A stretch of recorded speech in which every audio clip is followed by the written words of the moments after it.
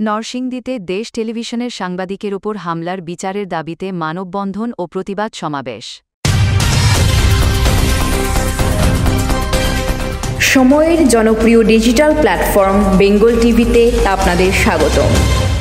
নরসিংদীতে দেশ টেলিভিশনের সাংবাদিক আকরাম হোসেন ও তার পরিবারের উপর হামলার প্রতিবাদে মানববন্ধন ও প্রতিবাদ সমাবেশ অনুষ্ঠিত হয়েছে।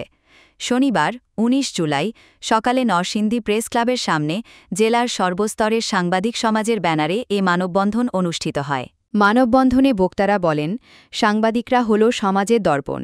তারা লেখনীর মাধ্যমে সমাজের দুর্নীতি ও অনিয়ম তুলে ধরেন, যার কারণে সাংবাদিকদের ক্ষমতাবানদের চক্ষুস্থলে পরিণত হতে হয়।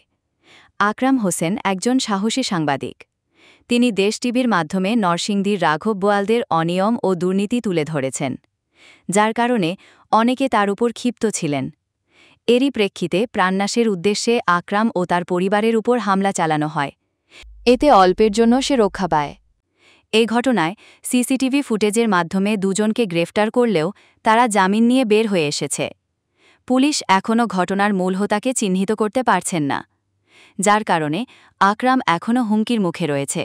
এ সময় মানববন্ধনে বক্তব্য রাখেন সাংবাদিক শাহাদাত হোসেন রাজু, তৌকির আহমেদ, ফাহিমা খানম, আশিকুর রহমান, মোস্তাক আহমেদ, শরীফ ইকবাল রাসেল, শামীম মিয়া, তৌহিদুর রহমান মিঠু, হৃদয় খান, এনামুল হক রানা, সুজন চন্দ্র বর্মন, আমিনুর রহমান সাদি প্রমুখ।